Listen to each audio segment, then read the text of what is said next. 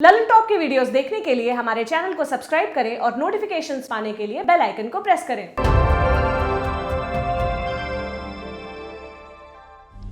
नमस्ते, मैं सौरभ हूं। आप देख रहे हैं दी ललन टॉप। 4 मई से लॉकडाउन का तीसरा चरण चल रहा है। सरकार ने देश को रेड, ऑरेंज और ग्रीन जोन में बांटा है। अलग अलग जोन में कई गतिविधियों को इजाजत दी गई है। हालांकि 15 अप्रैल को दूसरी बार लॉकडाउन बढ़ाने के बाद ही कुछ शर्तों के साथ खेती किसानी से जुड़ी लगभग सभी गतिविधियों को छूट दे दी गई थी। उस समय की गाइडलाइन के मुताबिक सरकार ने खेती से जुड़े सभी काम एजेंसियों की तरफ से कृषि उत्पादों की खरीद पर छूट दी थी। इनमें एमएसपी से जुड़ी चीजें भी शामिल थी। Agriculture produce market committee APMC की तरफ से चलने वाली मंडियां, उनको भी शर्तों के साथ खोलने की इजाजत दे दी गई थी। ये भी कहा गया था कि राज्य सीधे किसानों या फार्म प्रोड्यूसर ऑर्गेनाइजेशन एफपीओ की तरफ से कृषि प्रोडक्ट्स खरीद सकते हैं। लेकिन जिनके लिए ये फैसले लिए गए उनकी जिंदगी पर क्या असर पड़ा, माने किसानों की जिंदगी क्या आसान हुई, वो अपनी फसल बेच पा रहे हैं, क्या उन्हें एमएसपी मिल रहा है, खास तौर से गेहूं की बिक्री के मामले में क्या क्या दिक्कतें हो रही हैं, मंडियों तक किसान अपनी फसल आसानी से ले जा पा रहे हैं कि नहीं, ये सब जानने के लिए दी ललन टॉप ने बात की अलग अलग राज्यों के कुछ किसानों से। चलिए आपको सुनाते हैं किसानों की बात। पहला नाम निखिलेश, जगह बलिया, उत्तर प्रदेश। निखिलेश का कहना है कि क्रय केंद्रों तक पहुंचने में किसानों को दिक्कत हो रही है। हालांकि छूट मिली हुई है, लेकिन पुलिस वाले डंडे चलाते हैं। टेम्पो ट्रैक्टर वालों को निकलने नहीं दिया जा रहा। क्रय केंद्रों पर 20-25 क्विंटल गेहूं लेकर जाना, पर्ची बनवाना लॉकडाउन में मुश्किल काम है। उनका कहना है कि सब्जी वाले मंडी नहीं जा रहे हैं क्योंकि बाजार नहीं लग रहे। सीमांत किसानों पर आफत है। बड़े किसान गेहूं काटकर अपने भंडार में रख चुके हैं, वो बाद में बेच देंगे, लेकिन छोटे किसान तुरंत अपनी फसल बेच देते थे, लेकिन इस बार नहीं बेच पा रहे हैं। उन्होंने कहा क्रय केंद्रों तक पहुंचने में दिक्कत हो रही है। हर आदमी के पास परमिट नहीं होता है, ऐसे में उन्हें थाने में बंद कर दे रहे हैं। कई जगहों पर क्रय केंद्र शुरू ही नहीं हुआ है। सरकारी कर्मचारी बैठ ही नहीं रहे हैं, वो कोरोना की ड्यूटी में लगे हैं। लेटर में भले एग्रीकल्चर को छूट दी गई हो, लेकिन पुलिस वाले चलने नहीं दे रहे हैं। दूसरे किसान हैं धर्मेंद्र मलिक, जगह मुजफ्फरनगर, वेस्ट यूपी। धर्मेंद्र मलिक का कहना है कि सबसे बड़ी समस्या फल और सब्जियों को लेकर है। ट्रांसपोर्ट मिल नहीं रहे हैं।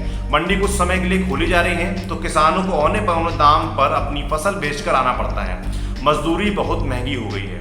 1 किलो मिर्च की तुड़ाई की लागत 5 रुपए किलो है, लेकिन मंडी में किसानों को 4 से 6 रुपए किलो का दाम मिल रहा है, इसलिए फसलें नष्ट कर दी। फूल गोभी के किसानों ने फसलों पर ट्रैक्टर चला दिए हैं। इस बार सप्लाई का संकट नहीं है, मांग ही नहीं है, क्योंकि बहुत सारी चीजें बंद हैं। उन्होंने बताया क्रय केंद्रों तक अनाज ले जाने में कोई दिक्कत नहीं हो रही, लेकिन बेमौसम बारिश की वजह से गेहूं का कलर बदल गया है। इस वजह से क्रय केंद्रों पर किसानों को परेशान किया जा रहा है। गेहूं की सफाई के नाम पर किसानों से 20 रुपए काटे जा रहे हैं। तीसरा नाम इरफान उल हक खान, जगह पूर्वी चंपारण, बिहार। इरफान उल हक खान पैक्स के अध्यक्ष रह चुके हैं। उनका कहना है कि पूर्वी चंपारण की केसरिया ब्लॉक में क्रय केंद्र बनाया गया है, लेकिन क्रय केंद्रों पर अधिकारी बैठ ही नहीं रहे हैं। गोदाम भी नहीं है। किसान अपनी फसल नहीं पहुंचा पा रहे हैं। किसानों को समय पर पैसा भी नहीं मिल पा रहा है। कोऑपरेटिव बैंक में खाता है तो भुगतान नहीं हो पा रहा है। इस महीने के लास्ट में किसान धान के बीज डालेंगे, लेकिन अब तक अच्छी क्वालिटी का बीज भी नहीं आया है। खाद की व्यवस्था भी नहीं है। उन्होंने बताया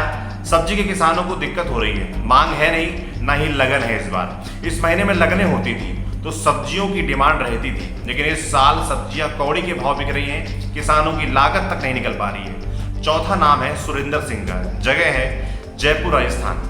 किसान सुरेंद्र सिंह का कहना है कि कहाँ अनाज बेचें, कोई खरीदने वाला ही नहीं है। जो खरीद भी रहे हैं वो बहुत कम रेट पर ले रहे हैं। सरसों का रेट 4400 रुपये प्रति क्विंटल चल रहा है, लेकिन 3800 रुपये प्रति क्विंटल के हिसाब से ले रहे हैं। क्विंटल पर 600 रुपये कम दे रहे हैं। उन्होंने बताया सरकार ने अभी खरीदारी शुरू नहीं की है। गेहूं, सरसों, चना, जौ कुछ भी नहीं बिक पा रहा है। सरकार का कहना है कि 10 से 15 दिन बाद शुरू करेंगे।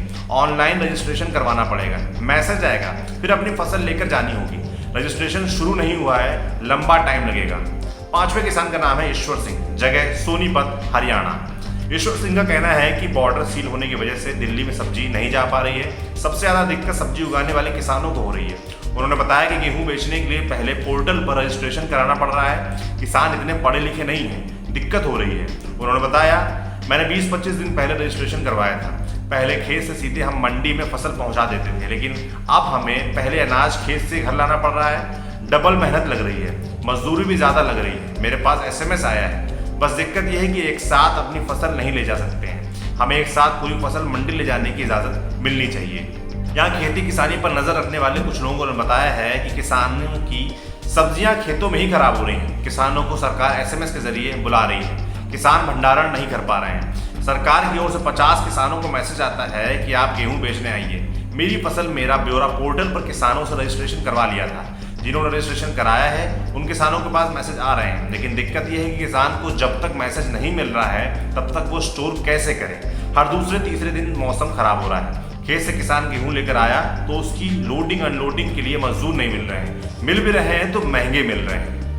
अगला नाम है राजविंदर का, जगह संगरूर पंजाब। हालांकि पंजाब के किसान राजविंदर सिंह का कहना है कि इस बार मंडी बढ़ा दी गई है। थोड़ी बहुत परेशानी हुई लेकिन बहुत ज़्यादा मुश्किल नहीं हुई।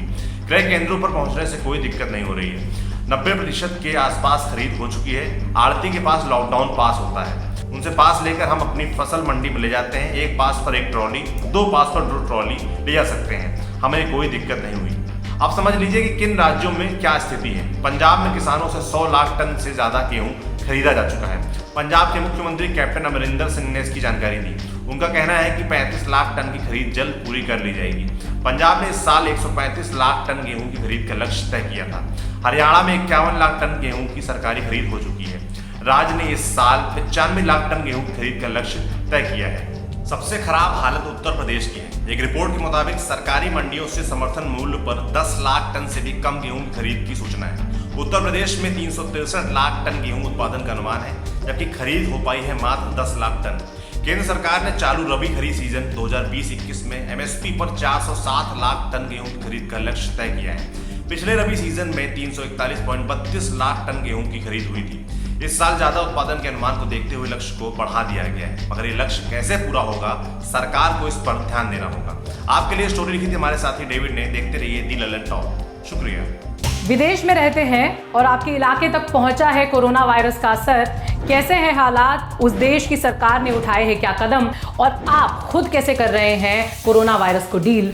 अगर सब तक अपनी बात पहुंचाना चाहते हैं तो बनिए दी ललन टॉक की कोरोना डायरीज का हिस्सा। अपना वीडियो बनाइए, ड्यूरेशन मात्र 3 मिनट। वीडियो की शुरुआत में अपना नाम, काम, उम्र और पता बताइए, फिर बताइए अपना अनुभव। अपने अलावा थोड़े आसपास का माहौल भी दिखाइए। चाहे बालकनी से वीडियो बनाइए या दिखाइए कि कैसा है आपके दफ्तर का सीन। और वीडियो भेजने का पता है coronadiarieslt@gmail.com।